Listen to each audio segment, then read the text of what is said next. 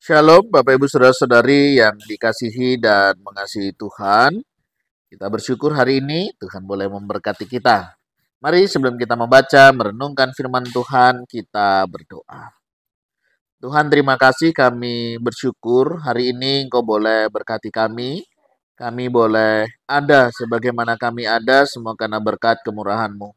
Sebentar kami akan membaca, merenungkan firman-Mu, berfirmanlah dan biarlah kami mengerti apa yang menjadi kehendak-Mu di dalam hidup kami. Kami berdoa di dalam nama Tuhan Yesus Kristus. Haleluya. Amin. Ayat bacaan kita hari ini terambil di dalam 1 Petrus pasal yang ketiga, ayat yang ke-13 hingga yang ke-22. Saya akan membacakan di ayat 13 hingga ayatnya yang ke-15. Menderita dengan sabar. Dan siapakah yang akan berbuat jahat terhadap kamu jika kamu rajin berbuat baik? Tetapi sekalipun kamu harus menderita juga karena kebenaran, kamu akan berbahagia.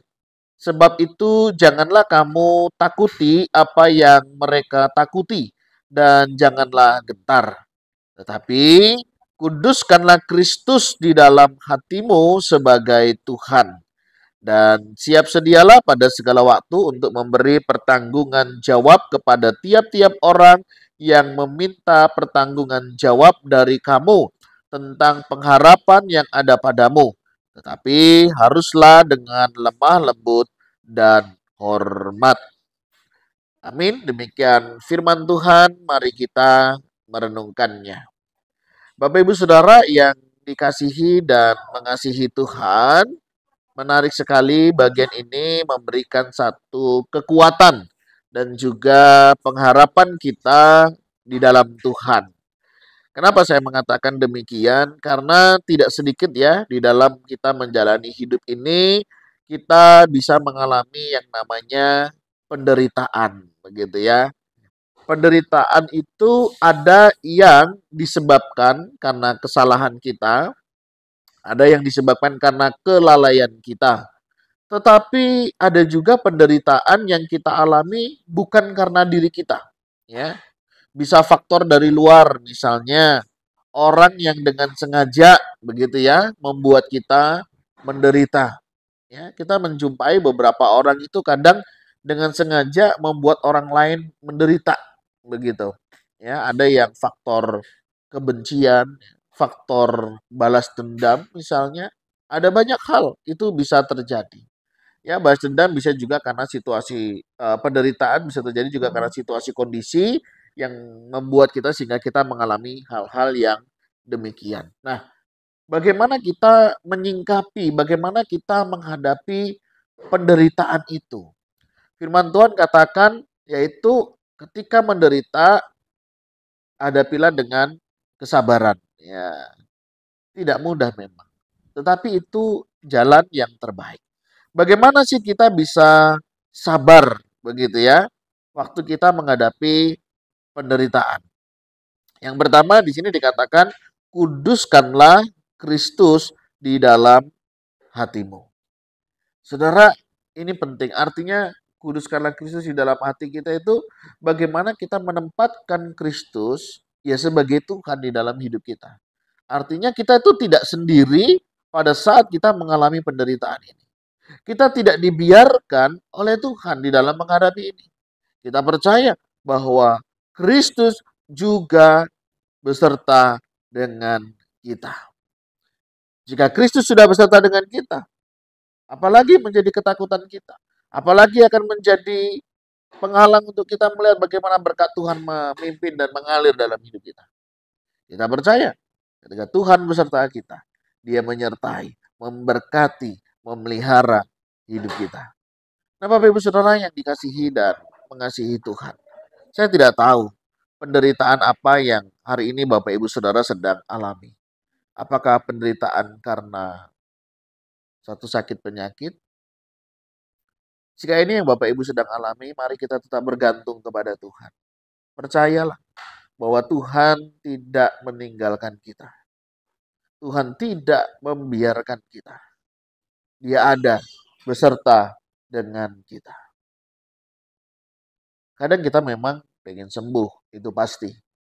Tapi kadang Tuhan sedang membentuk kehidupan kita. Kadang mungkin kita bertanya, sampai kapan Tuhan? Kadang kita nggak tahu waktunya Tuhan. Tapi percayalah, Tuhan tidak pernah membiarkan bahkan meninggalkan kita. Dia tahu batas kemampuan kita. Kalau sampai hari ini kita dipercayakan menanggung sesuatu, kita percaya Tuhan tahu kapasitas kita. Jika hari ini kita sedang menderita karena pasangan hidup kita, tidak kebetulan Tuhan memberikan pasangan hidup itu. Mungkin Tuhan juga sedang membentuk karakter kita, membentuk iman percaya kita. Kita nggak tahu bagaimana pasangan kita itu dipakai oleh Tuhan. Percayalah, tidak ada sesuatu yang kebetulan, sekalipun dia adalah pasangan kita. Ada orang yang bergumul tentang anaknya, bagaimana kehidupan anaknya, masa depan anaknya, pergaulan anaknya, kehidupan anaknya. Bergumul di sana. Bahkan tidak sedikit juga mereka mau menderita karena melihat tingkah laku perbuatan anak-anaknya. Rumah tangga keluarga anaknya. Begitu juga sebaliknya menderita karena orang tuanya. Bapak Ibu Saudara, ada banyak hal. Tetapi apapun itu, ya, ada juga yang menderita karena Injil, menderita karena iman percaya. Ya, mari kita bawa semua perkara ini kepada Tuhan. Selain kita menguduskan Kristus, menempatkan Yesus sebagai Tuhan di dalam hidup kita. Ayat 13 ya, dengan siapakah yang akan berbuat jahat terhadap kamu jika kamu rajin berbuat baik.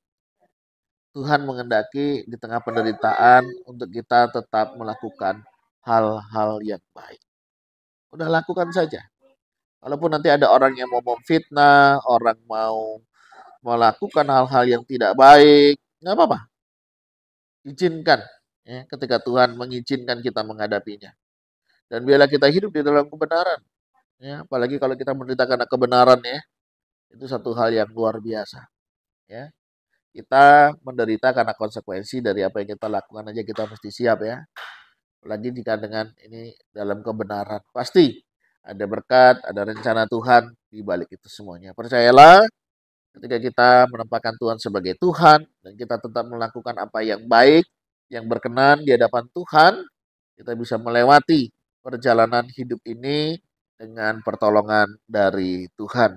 Dan percayalah, apapun yang hari ini kita sedang hadapi dalam menghadapi penderitaan, Tuhan tidak meninggalkan kita.